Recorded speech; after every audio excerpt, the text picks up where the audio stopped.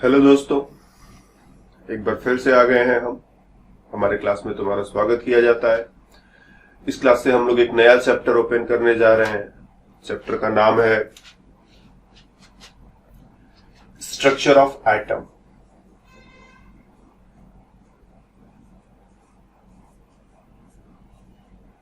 तो बस लग जाया जाए काम पर। स्ट्रक्चर ऑफ एटम, एटम होता क्या है? तो हम लोग कह सकते हैं atom is the smallest particle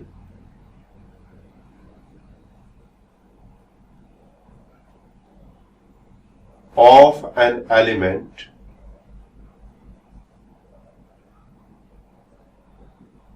which is indivisible। Indivisible मतलब जो तोड़ा नहीं जा सकता आगे। which is indivisible in chemical reactions। chemical reactions कि किसी भी एलिमेंट का सबसे छोटा से छोटा पार्टिकल उठा लिया, इतना छोटा उठाया है कि उसे और ज्यादा छोटा करना और ज्यादा तोड़ना पॉसिबल नहीं है। सबसे छोटा पहले ही हमने ले लिया है, उसी को हम लोग बोलते हैं एटम। और ये ऐसी चीज है कि हम बस केवल डिफिनीशन लिख करके और समझा करके तुम्हें असली चीज समझा नहीं सकते। जब तक केमिस्ट्री का थोड़ा तुम्हें एक्सपीरियंस ना हो, जब तक तुम कुछ रिएक्शंस के बारे में नहीं जानते हो, जब तक थोड़ा तुम और बहुत सारी चीजों के बारे में जैसे मोल कॉन्सेप्ट वगैरह है उनके बारे में थोड़ा थोड़ा नहीं जानते हो, एटम का सही कॉन्सेप्ट ले पाना थोड़ा मुश्किल होता है। फिलहाल स्ट्रक्चर ऑफ एटम की बात हम लोग शुरू कर रहे थे, तो इसीलिए हमने एटम का डिफिनीशन तुम्हारे लिए लिख दिया। Atom is the smallest particle of an element which is indivisible in chemical reaction. ये कितना तुम्हें समझ में आया, इससे बहुत ज्यादा फर्क नहीं पड़ता है। असली चीज हमें एटम के अंदर जाकर के अब उसके स्ट्रक्चर को देखना है। तो अगर हम किसी एटम के अंदर जाकर के देखते हैं तो कोई भी एटम तीन तरह के पार्टिकल से मिलकर के बना होता है। Electrons, protons and neutrons. प्रत्येक एटम, कोई भी एटम तुम उठा लो, प्रत्येक एटम जो है तीन तरह के पार्टिकल से मिलकर के बना होता है। इन्हीं तीन पार्टिकल से मिलकर के बना होता है इलेक्ट्रॉन्स, प्रोटॉन्स एंड न्यूट्रॉन्स। इसीलिए इन तीनों पार्टिकल्स को हम लोग फंडामेंटल पार्टिकल भी कहते हैं। फंडामेंटल पार्टिकल्स भी इनको हम लोग कहते हैं। सभी एटम्स के अंदर तुम कोई भी एटम ले लो, जैसे तुम कार्बन का एटम ले लो तो उसके अंदर भी कुछ इलेक्ट्रॉन होंगे, कुछ प्रोटॉन होंगे, कुछ न्यूट्रॉन होंगे। तुम नाइट्रोजन का एटम ले लो, उसमें भी कुछ इलेक्ट्रॉन होंगे, कुछ प्रोटॉन होंगे, कुछ न्यूट्रॉन होंगे। जैसे अगर हम लोग अपने अपने घरों को देख लें तो हम लोगों के घरों के डिजाइन जरूर अलग अलग होते हैं। किसी का छोटा होता है, किसी का बड़ा होता है, किसी का कई मंजिलों वाला होगा, किसी का एक ही मंजिल का होगा। लेकिन घर के अंदर जो लगने वाले बेसिक मटेरियल्स है वही ईंट लगेगा, सीमेंट, बालू, पता नहीं क्या क्या जो होता है। मतलब सभी घरों में कॉमन चीजें ही लगती हैं। घर छोटा बना कि बड़ा बना उससे मतलब नहीं, लेकिन उसमें जो चीजें तुम लगवाओगे वो कॉमन सी चीजें, तो उन चीजों की मदद से ही घर को बनाया जाता है। तो वैसे ही एटम जो है, कोई भी एटम हो, इन्हीं तीन पार्टिकल्स इलेक्ट्रॉन्स, प्रोटॉन्स और न्यूट्रॉन्स। छोटा एटम होगा तो उसमें थोड़े थोड़े इलेक्ट्रॉन, प्रोटॉन और न्यूट्रॉन्स होंगे। बहुत बड़ा एटम होगा तो उसमें ज्यादा संख्या में इलेक्ट्रॉन्स, प्रोटॉन्स और न्यूट्रॉन्स तुमको देखने को मिलेंगे। तो जैसे अगर हम लोग एक एटम के अंदर और थोड़ा झांके तो हम लोग देखेंगे कि एटम जो है एक बॉल के जैसा, तुम मान लो कि ये एटम हो गया, और एटम के सेंटर में छोटा सा स्पेस है। इसी के अंदर प्रोटॉन्स रहते हैं और न्यूट्रॉन्स रहते हैं, जबकि इलेक्ट्रॉन जो है इसके चारों तरफ जो है वो घूमते रहते हैं। और ये छोटा वाला जगह जहां पर प्रोटॉन और न्यूट्रॉन रहते हैं, इसे हम लोग न्यूक्लियस कहते हैं। तो ये एटम का न्यूक्लियस है, ये एटम का न्यूक्लियस है। और फिर इस न्यूक्लियस के चारों तरफ ये इलेक्ट्रॉन जो है घूमता रहता है। किसी एटम में कितने प्रोटॉन होंगे? कितने न्यूट्रॉन होंगे, कितने इलेक्ट्रॉन होंगे। तो इसका पता लगाने के लिए हमको एटम्स का एटॉमिक नंबर चाहिए और मास नंबर चाहिए। तो पहले एटॉमिक नंबर को पकड़ते हैं, फिर मास नंबर पर आते हैं। प्रत्येक एटम का अपना एक एटॉमिक नंबर होता है। जैसे हाइड्रोजन है, इसका एटॉमिक नंबर है 1। फिर हीलियम है, एटॉमिक नंबर है 2। लिथियम है, एटॉमिक नंबर है 3। बेरिलियम है, एटॉमिक नंबर है 4। तो इस तरह से ढेरों एलिमेंट्स है, करीब करीब 120 के आसपास एलिमेंट्स है। पीरियोडिक टेबल कभी तुमने देखा हो तो वो सारे एलिमेंट्स पीरियोडिक टेबल में सजा करके रखे गए हैं। और पीरियोडिक टेबल में एलिमेंट्स को एटॉमिक नंबर के बढ़ते हुए क्रम में सजाया गया है। जैसे अगर तुम पीरियोडिक टेबल देखो तो हाइट इस तरह से यहाँ पर एक लंबा सा टावर तुम्हें मिलेगा जिसे तुम एस ब्लॉक कहते हो। फिर थोड़ा और इधर आओगे तो बीच में जो है डी ब्लॉक मिलेगा। थोड़ा और आगे जाओगे तो इधर जो है तुम्हें पी ब्लॉक मिलेगा और पीरियोडिक टेबल के नीचे एक एफ ब्लॉक मिलेगा। इन सब की बात हम लोग करेंगे, अभी हमको पीरियोडिक टेबल के स्ट्रक्चर में नहीं जाना है, बस हमको इसमें एटम्स का प्लेसमेंट थोड़ा सा देखना है। तो पहला एलिमेंट हाइड्रोजन, एटॉमिक नंबर 1। दूसरा element helium, atomic number 2। Helium को हालांकि उधर की तरफ ले जाकर के रखते हैं तो हम लोग बाद में इसको वहां पहुंचा देंगे, अभी यहीं रहने दो। Hydrogen atomic number 1, helium atomic number 2, lithium atomic number 3, beryllium atomic number 4। फिर बेरिलियम के सामने इधर यहाँ पर boron atomic number 5, carbon atomic number 6, nitrogen atomic number 7, oxygen atomic number 8, fluorine atomic number 9 and neon atomic number 10। इसी तरह से और कुछ एलिमेंट्स को देखें, 30 एलिमेंट्स हम लोग देखेंगे। Sodium, magnesium 11 and 12 13th position पर, aluminium, silicon 14th position, 15th phosphorus, 16th sulphur, 17 chlorine, 18 argon. फिर potassium and calcium 19 and 20, 21 is scandium, 22 titanium, 23 vanadium, 24 chromium, 25 manganese, 26 iron, 27 cobalt, 28 nickel, 29 copper and 30 number पर है zinc. तो ये 30 elements के नाम atomic number के क्रम के साथ हम लोग याद रखेंगे, है।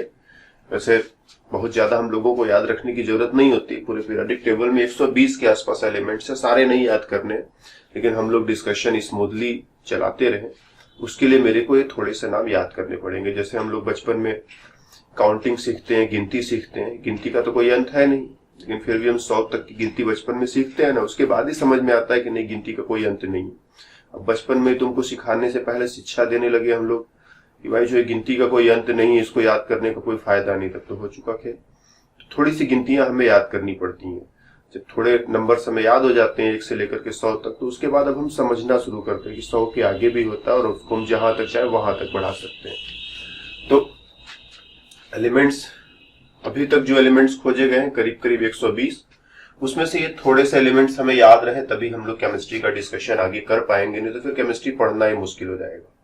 तो ये 30 एलिमेंट्स को तुम इनको एटॉमिक नंबर के साथ याद रखोगे कि पहला एलिमेंट है हाइड्रोजन, दूसरा एलिमेंट है हीलियम, तीसरा एलिमेंट है लिथियम, चौथा एलिमेंट है beryllium and so on.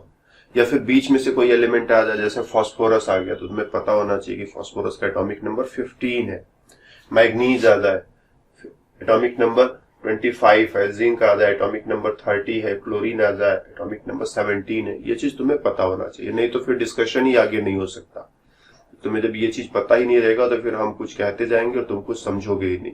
So first of all ये 30 एलिमेंट्स को क्रम से याद कर डालोगे और ये भी ध्यान रखोगे कि अगर बीच बीच में से कोई एलिमेंट अगर तुमसे पूछा जाए तो जितना जल्दी हो सके तुम उसका एटॉमिक नंबर याद तुम्हें आ जाए। पूछा जाए कोबाल्ट का एटॉमिक नंबर कितना होता है, या कभी जरूरत पड़ जाए, पूछा तो नहीं जाएगा तुमसे, तुम्हें जरूरत पड़ेगी कि कोबाल्ट का एटॉमिक नंबर कितना होता है, अब तुम्हें याद ही नहीं आ रहा है तो फिर तुम कैसे अपनी जरूरत पूरा करोगे। तो कोबाल्ट का एटॉमिक नंबर 27 होता है, ये तुम्हें याद होना चाहिए, राइट।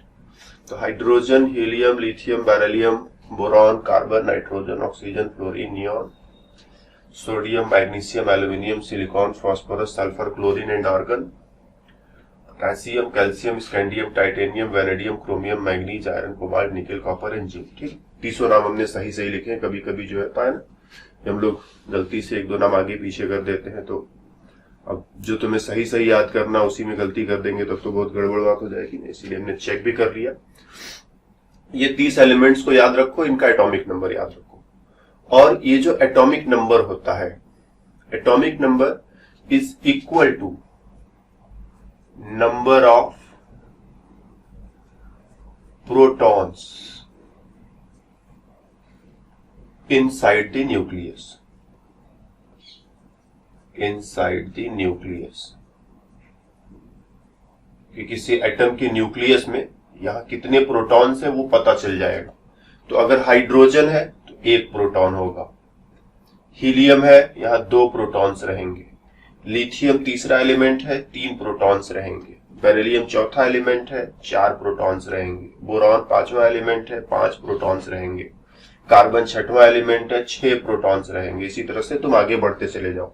कैल्शियम हो जाए एलिमेंट नंबर 20, 20 प्रोटॉन्स तुम्हें देखने को मिलेंगे। तो जैसा एलिमेंट उसके हिसाब से प्रोटॉनों की संख्या हम पता लगा लेंगे। तो एटॉमिक नंबर जो है number of protons inside the nucleus. और किसी भी एटम में जितने प्रोटॉन्स होते हैं, किसी भी एटम में जितने प्रोटॉन्स होते हैं उतने ही इलेक्ट्रॉन्स भी होते हैं। तो हम लोग ये लिख सकते हैं कि एटॉमिक नंबर जो है वो नंबर ऑफ इलेक्ट्रॉन्स के भी बराबर होता है, नंबर ऑफ इलेक्ट्रॉन्स के भी बराबर होता है। बाहर जितने इलेक्ट्रॉन्स घूम रहे हैं, number of electrons moving around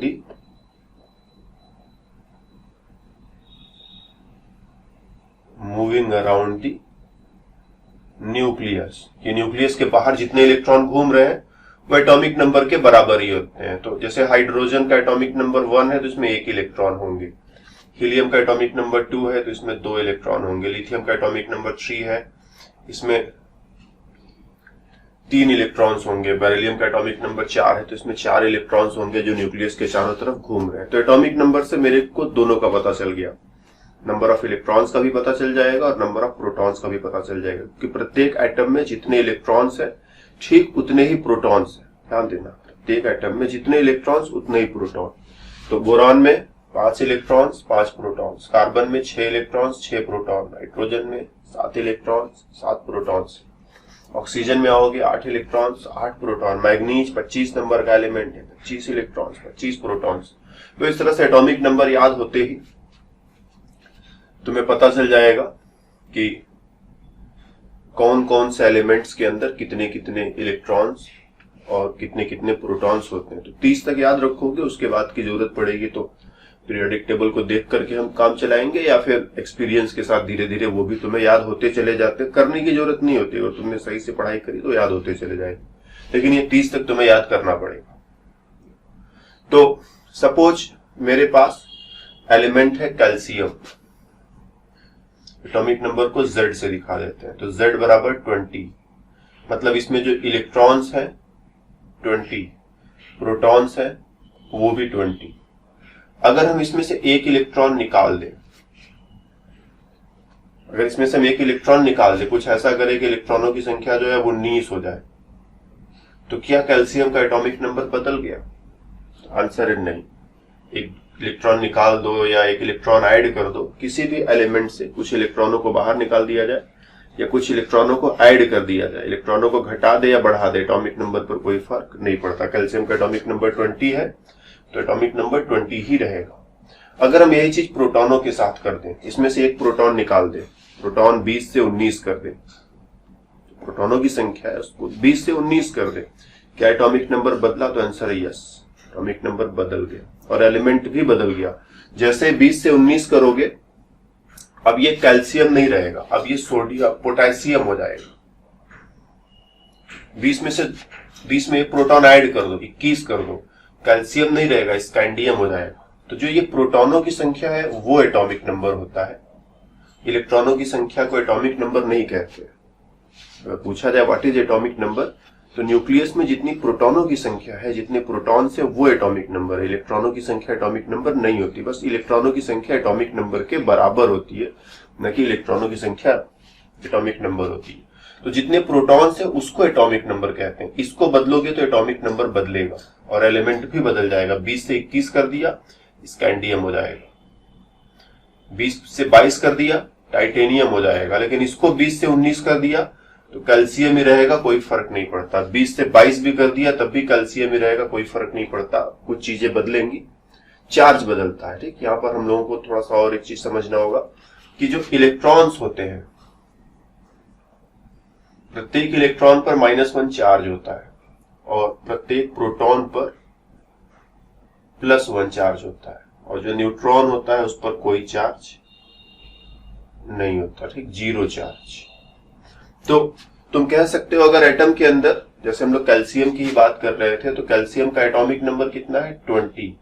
और 20 का मतलब इसके अंदर 20 इलेक्ट्रॉन्स है, 20 प्रोटॉन्स है।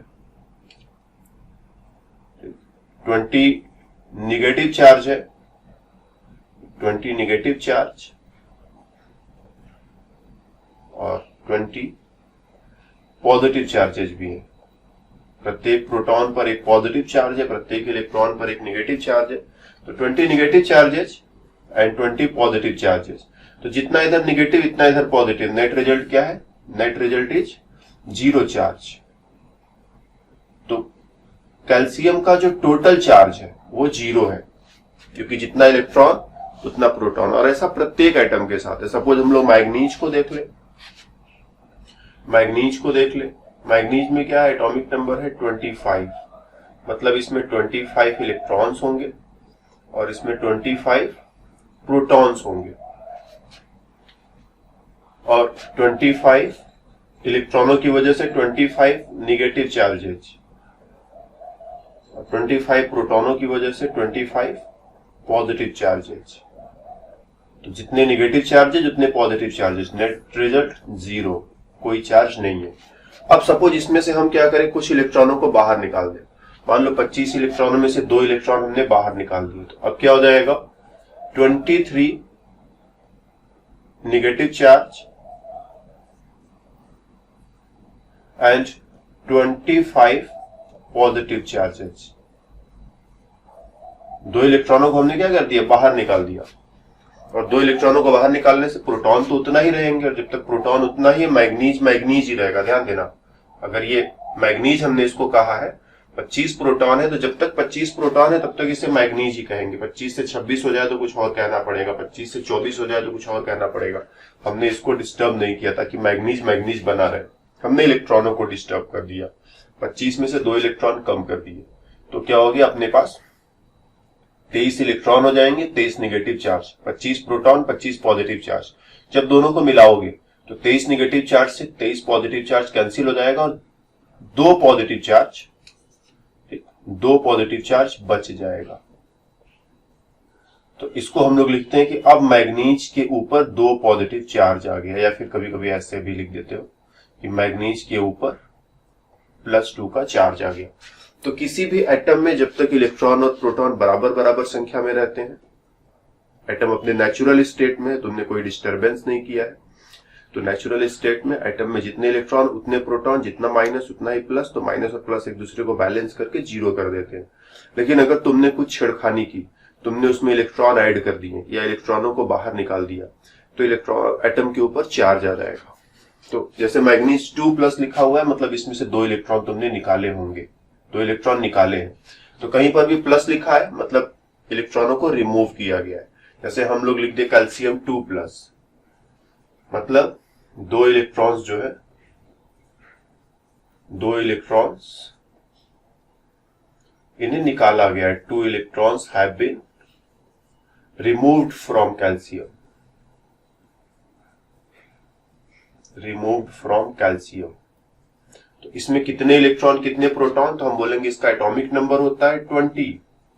मतलब इसमें 20 प्रोटॉन्स होने चाहिए और 20 इलेक्ट्रॉन्स भी होने चाहिए। लेकिन तुमने 2 इलेक्ट्रॉन निकाल दिए, तो इसमें से 2 इलेक्ट्रॉन माइनस कर दो, अब 18 इलेक्ट्रॉन है। प्रोटॉन अभी भी उतने ही है, लेकिन इलेक्ट्रॉन जो है वो कम हो चुके हैं। इसी तरह से कभी निगेटिव चार्ज देखने को मिल जाए, जैसे क्लोरीन पर माइनस का चार्ज दिखाई पड़ रहा है, तो माइनस का चार्ज दिख रहा है, इसका मतलब एक निगेटिव चार्ज है, मतलब 1 electron is added to chlorine. तो क्लोरीन का एटॉमिक नंबर है 17 मतलब इसमें 17 इलेक्ट्रॉन्स 17 प्रोटॉन्स, लेकिन तुमने एक इलेक्ट्रॉन ऐड कर दिया है, तो अब क्या हो गया है 18 इलेक्ट्रॉन्स, एक इलेक्ट्रॉन ज्यादा हो गया, इसीलिए एक निगेटिव चार्ज ज्यादा हो गया। पॉजिटिव चार्ज अभी भी 17 है, निगेटिव चार्ज 18 हो गया, तो एक निगेटिव चार्ज एक्स्ट्रा हो गया, वही यहां पर दिखाई पड़ रहा है। तो जब भी इस तरह से प्लस और माइनस देखने को तुम्हें मिले, तुम समझ जाओ प्लस मतलब इलेक्ट्रॉन निकाल दिए गए, 2 इलेक्ट्रॉन निकाल दिया है, माइनस मतलब एक इलेक्ट्रॉन ऐड कर दिया है। तो एल्यूमिनियम 3+ लिख दिया हमने, तो इसका मतलब इसमें से क्या किया, 3 इलेक्ट्रॉन्स हैव बीन रिमूव्ड, 3 इलेक्ट्रॉनों को बाहर निकाल दिया गया। हमने लिख दिया सल्फर है, इसके ऊपर 2 नेगेटिव चार्ज है, मतलब 2 इलेक्ट्रॉन्स हैव बीन एडेड। तो अगर न्यूट्रल एटम है तो सीधा सीधा तुम एटॉमिक नंबर से इलेक्ट्रॉन और प्रोटॉन बता ले जाओगे। पॉजिटिव या निगेटिव चार्ज आ जाता है तो इसे तुम आयन्स कहते हो ना, पॉजिटिव आयन, निगेटिव आयन, कुछ ऐसे शब्द इस्तेमाल करते हो, पॉजिटिव आयन, या फिर इसे तुम कैटायन भी कहते हो। निगेटिव चार्ज आ जाए तो निगेटिव आयन कहते हो, या फिर एनायन भी कहते हो। तो अगर न्यूट्रल एटम है तो एग्जैक्टली उतने ही प्रोटॉन और उतने ही इलेक्ट्रॉन होंगे जितना उसका एटॉमिक नंबर है। लेकिन अगर पॉजिटिव या निगेटिव चार्ज दिखाई पड़ रहा है तो पॉजिटिव चार्ज का मतलब इलेक्ट्रॉन तुम्हें थोड़े कम करने पड़ेंगे, और निगेटिव चार्ज दिखाई पड़ रहा है मतलब इलेक्ट्रॉन तुम्हें थोड़े बढ़ाने पड़ेंगे। तो चार्ज के अकॉर्डिंग इलेक्ट्रॉनों को तुम एडजस्ट कर लोगे, राइट। ओके, न्यूट्रॉन्स की बात थोड़ी करते हैं। अब मेरे को मास नंबर चाहिए, मास नंबर चाहिए। मास नंबर क्या होता है, तो neutrons plus protons in the nucleus. Atom के न्यूक्लियस में जितना न्यूट्रॉन और जितना प्रोटॉन है दोनों को तुम मिला दो, और ऐसे मिला देने से जो संख्या बनती है उसी को तुम मास नंबर कहते हो। जैसे हम लोग सोडियम को देखें, सोडियम का एटॉमिक नंबर है 11, मास नंबर है 23। तो इसका मतलब इसके अंदर प्रोटॉन प्लस न्यूट्रॉन दोनों को मिलाकर टोटल संख्या 23 है, और प्रोटॉन कितने हैं, 11 प्रोटॉन है। ये केवल प्रोटॉन को बताता है, ये प्रोटॉन प्लस न्यूट्रॉन दोनों को बताता है, ये एटॉमिक नंबर, ये मास नंबर। मोस्टली एटम का जब सिंबल लिखते हैं तो एटॉमिक नंबर, मास नंबर अगर सिंबल के साथ मेरे को लिखना है तो नीचे की तरफ एटॉमिक नंबर लिख देते हैं, ऊपर की तरफ इधर या इधर ऐसे भी कभी कभी लिख देते हैं। कुछ जगहों पर तुम्हें ऐसे भी लिखा हुआ मिल जाएगा 11 और 23। तो इस वे में लिखा रहे या इस वे में लिखा रहे, तो ये नीचे वाला एटॉमिक नंबर, ऊपर वाला मास नंबर। इससे पता चलता है कि 11 प्रोटॉन्स, इससे पता चलता है 11 प्रोटॉन्स, और इससे पता चलता है कि 23 total number of protons plus neutron. तो अगर हम इसमें से इसको माइनस कर दें, 23 माइनस 11 कर दें, तो 23 में से 11 माइनस कर दो, 3 में से 1 गया बचा 2, 2 में से 1 गया बचा 1, तो ये 12 न्यूट्रॉन्स हो जाएंगे। तो अगर मेरे को एटम का मास नंबर भी पता है, एटॉमिक नंबर भी पता है, तो मास नंबर से एटॉमिक नंबर को माइनस कर दो, तुम्हें नंबर ऑफ न्यूट्रॉन्स का पता चल जाएगा। It is so easy, right. बस मास नंबर के साथ ये क्या है, मास नंबर पीरियोडिक टेबल से तुम्हें उस तरह से मिल नहीं सकता। एटॉमिक नंबर तो तुम्हें पीरियोडिक टेबल से मिल जाएगा, मास नंबर तुम्हें पीरियोडिक टेबल से नहीं मिल पाएगा। वो या तो प्रश्न के साथ दिया रहेगा या फिर तुम अपनी मेमोरी से काम करोगे, और सारे एलिमेंट्स का मास नंबर हम याद ही नहीं रख सकते। कुछ कुछ मास नंबर्स हम लोगों को समय के साथ धीरे धीरे याद होते चले जाते हैं। तो जैसे सोडियम का एटॉमिक नंबर में भी तुम्हें अब अगली बार थोड़ा याद रहे। इसमें एक और पेंच भी है, जैसे सोडियम का तुम देखोगे तो सोडियम में कुछ एटम्स ऐसे होते हैं, सोडियम का मास नंबर तुम्हें याद रह सकता है। इन सोडियम के एटम्स 2 तरह के होते हैं, एक तो ऐसे एटम्स, दूसरा ऐसे एटम्स। सोडियम है तो एटॉमिक नंबर नहीं चेंज होगा, एटॉमिक नंबर 11 ही रहेगा, क्योंकि एटॉमिक नंबर ही आइडेंटिटी है। किसी एटम की आइडेंटिटी उसके एटॉमिक नंबर से होती है, जितना एटॉमिक नंबर उसी के अकॉर्डिंग उसका नाम लिखा जाएगा। एटॉमिक नंबर 11 है तो सोडियम रहेगा ही रहेगा, मास नंबर तुम बदलते रहो फर्क नहीं पड़ता। तो मास नंबर 23 है तब भी सोडियम है, मास नंबर 24 है तब भी सोडियम है। इसमें कितने प्रोटॉन्स, कितने न्यूट्रॉन्स, कितने इलेक्ट्रॉन्स अगर पता लगाना हो तो हम कहेंगे एटॉमिक नंबर 11 है, मतलब इसमें 11 प्रोटॉन्स है। अब चूंकि जितने इलेक्ट्रॉन होते हैं उतने इलेक्ट्रॉन होते हैं, इसीलिए 11 इलेक्ट्रॉन्स भी है। और इसमें से इसको माइनस कर दो, मास नंबर में से एटॉमिक नंबर को माइनस कर दो, तो 24 माइनस 11, तो 13 न्यूट्रॉन्स हैं इसमें। तो सोडियम के दो तरह के एटम्स, एक ऐसा एटम जिसका मास नंबर 23 है, दूसरा ऐसा एटम जिसका मास नंबर 24 है। इन एटम्स को बोलते हैं आइसोटोप्स है, आइसोटोप्स, ठीक। Have same atomic number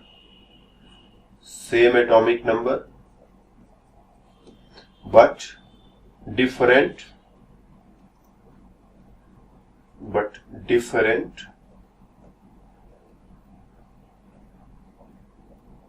mass numbers. Atomic number same रहेगा, मास नंबर्स अलग अलग रहेंगे। Atomic number 11 and 11, mass number 23 and 24। इसमें 11 इलेक्ट्रॉन, इसमें भी 11 इलेक्ट्रॉन्स, इसमें 11 प्रोटॉन्स, इसमें भी 11 प्रोटॉन्स। न्यूट्रॉन्स निकालोगे तो 23 में से 11 घटाओगे 12 न्यूट्रॉन, और 24 में से 11 घटाओगे 13 न्यूट्रॉन्स। तो न्यूट्रॉनों की संख्या अलग अलग है। इसी तरह से तुम कार्बन को देखोगे, कार्बन का atomic number 6, mass number 12, atomic number 6, mass number 13, atomic number 6, mass number 14। Nature में जो कार्बन पाया जाता है उसमें तीनों तरह के कार्बन का मिक्सचर होता है। ज्यादातर ये होता है, 99% के आसपास ये होता है, और 1% में ये दोनों होते हैं। तो कार्बन के 3 तरह के आइसोटोप्स हो गए। इसमें कितने इलेक्ट्रॉन, कितने प्रोटॉन? 6 electron 6 proton. इसमें भी 6 electron 6 proton, 6 electron 6 proton. Neutron निकालोगे, 12 में से 6 को घटा दो 6 न्यूट्रॉन, 13 में से 6 को घटा दो 7 न्यूट्रॉन, 14 में से 6 को घटा दो 8 न्यूट्रॉन। इसी तरह से हाइड्रोजन के भी 3 आइसोटोप्स होते हैं, 1H1, 1H2, 1H3। 1 electron 1 proton, 1 electron 1 proton, 1 electron 1 proton. और जब न्यूट्रॉन निकालोगे, 3 में से 1 जाएगा 2, 2 में से 1 जाएगा 1, और 1 में से 1 जाएगा 0। इसमें न्यूट्रॉन ही नहीं है। देखिए, इकलौता ऐसा एटम है जिसमें न्यूट्रॉन नहीं होता, बाकी सभी एटम्स में न्यूट्रॉन होते ही होते हैं। तो 1H1 में कोई न्यूट्रॉन नहीं होता है। इसमें 1 न्यूट्रॉन है, इसमें 2 न्यूट्रॉन है। तो ये तीनों जो है हाइड्रोजन के आइसोटोप्स। इसी तरह से सभी एलिमेंट्स के कुछ न कुछ आइसोटोप्स होते हैं। तुम सारा याद नहीं रख सकते हो, लेकिन हाँ, जैसे जैसे एक्सपीरियंस करोगे वैसे वैसे थोड़े बहुत तुम्हें जो है जरूरी एग्जाम्पल्स याद हो जाएंगे, ताकि अगर कहीं आइसोटोप की बात आए तो तुम ऐसा न हो कि तुम जानते ही नहीं हो कि आइसोटोप क्या होता है। तुम जानते हो कि आइसोटोप ऐसा ऐसा होता है। जैसे अब आइसोटोप पर बेस्ड अगर कोई सिचुएशन आ जाए, कोई प्रॉब्लम आ जाए, तो तुम उसे डील कर सकोगे। तो कार्बन के 3 आइसोटोप्स, हाइड्रोजन के 3 आइसोटोप्स, सोडियम के 2 आइसोटोप्स। इसी तरह से एक और एग्जांपल हम लोग ले सकते हैं, chlorine, atomic number 17, mass number 35, and chlorine atomic number 17, mass number 37। इसमें 17 electron 17 protons, and here also 17 electrons and 17 protons. Neutron निकालोगे, 35 में से 17 को माइनस कर दो, 18 इलेक्ट्रॉन, 18 न्यूट्रॉन्स, और 37 में से 17 को माइनस कर दो, 20 न्यूट्रॉन्स। तो दोनों में इलेक्ट्रॉनों की संख्या बराबर बराबर, प्रोटॉनों की संख्या बराबर बराबर, और न्यूट्रॉनों की संख्या अलग अलग। तो इस वे में हम लोगों ने क्या क्या सीखा कि एटम क्या होता है, सबसे छोटा पार्टिकल, जिसे किसी एलिमेंट का सबसे छोटा पार्टिकल जिसे तुम केमिकल रिएक्शंस में तोड़ नहीं सकते हो। फिर हमने बात करी कि एटम जो होता है इलेक्ट्रॉनों, प्रोटॉनों और न्यूट्रॉनों से मिलकर के बना हुआ है। किसी एटम के अंदर कितने इलेक्ट्रॉन, कितने प्रोटॉन, कितने न्यूट्रॉन, तो तुम उसको जो है मास नंबर और एटॉमिक नंबर की मदद से पता लगा सकते हो। एटम पर कोई चार्ज होता है क्या? तो नेचुरल स्टेट में तो कोई चार्ज नहीं होता है, क्योंकि जितने इलेक्ट्रॉन होते हैं उतने प्रोटॉन होते हैं, और न्यूट्रॉन का कोई चार्ज से लेना देना नहीं है, राइट। लेकिन अगर उसमें हम इलेक्ट्रॉनों को ऐड कर दे या इलेक्ट्रॉनों को रिमूव कर दे तो एटम पर प्लस या माइनस का चार्ज आ सकता है, वो भी हम लोगों ने सीखा। तो अब फाइनली हम लोग कह सकते हैं कि जो एटम का स्ट्रक्चर है उसमें क्या है, एक न्यूक्लियस है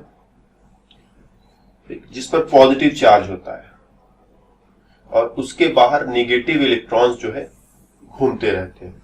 ठीक, कैसे कैसे घूमते रहते हैं इस पर काफी डिस्कशन हम लोग करेंगे। कई सारे एटम्स के मॉडल है, Thomson atomic model, Bohr atomic model, Rutherford atomic model, quantum mechanical atomic model, वहां तक हम लोग धीरे धीरे पहुंचेंगे। लेकिन बेसिक पिक्चर एटम का देखा जाए तो एटम के अंदर एक न्यूक्लियस है जिस पर पॉजिटिव चार्ज है। क्यों पॉजिटिव चार्ज है? क्योंकि इसके अंदर प्रोटॉन है और न्यूट्रॉन है। न्यूट्रॉन से तो कोई मतलब नहीं, लेकिन प्रोटॉन पर पॉजिटिव चार्ज है, इसीलिए न्यूक्लियस पर भी पॉजिटिव चार्ज है। और इस पॉजिटिव न्यूक्लियस के चारों तरफ निगेटिव इलेक्ट्रॉन घूमते रहते हैं। पॉजिटिव न्यूक्लियस के चारों तरफ निगेटिव इलेक्ट्रॉन क्या है, घूमते रहते हैं। और यही एटम का जो है बेसिक पिक्चर है। एटम का बेसिक कॉन्सेप्ट यही है कि एक न्यूक्लियस, इसमें प्रोटॉन और न्यूट्रॉन, न्यूट्रॉन पर कोई चार्ज नहीं, प्रोटॉन पर पॉजिटिव चार्ज, जिससे न्यूक्लियस भी पॉजिटिव माना जाएगा, न्यूक्लियस पर पॉजिटिव चार्ज। और इस पॉजिटिव न्यूक्लियस के चारों तरफ निगेटिव इलेक्ट्रॉन जो है चक्कर काटते रहते हैं।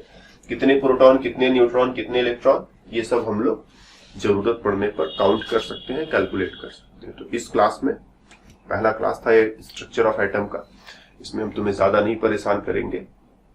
टोटल टारगेट यही था कि तुम एटम के बारे में थोड़ा सा समझ जाओ। अगर जरूरत पड़ जाए तो किसी एटम में इलेक्ट्रॉनों, प्रोटॉनों और न्यूट्रॉनों की गिनती करना, काउंट करना, पता लगाना, ये तुम्हें आता है। और एक काम बिल्कुल जरूर करोगे, ये जो 30 एलिमेंट्स के नाम लिखे हैं, अगर तुम्हें नहीं याद हो तो प्लीज उसे याद कर डालो, क्योंकि उसके बिना आगे का डिस्कशन हमेशा तुम्हें परेशान करेगा। एक छोटी सी चीज नहीं याद होने से पूरी केमिस्ट्री में तुम सफर करोगे, और केमिस्ट्री जो है एक बहुत ही कठिन सब्जेक्ट तुम्हारे लिए बन जाएगा। और ये छोटा सा चीज याद कर लोगे तो बहुत सारी चीजें आगे आसान हो जाती है।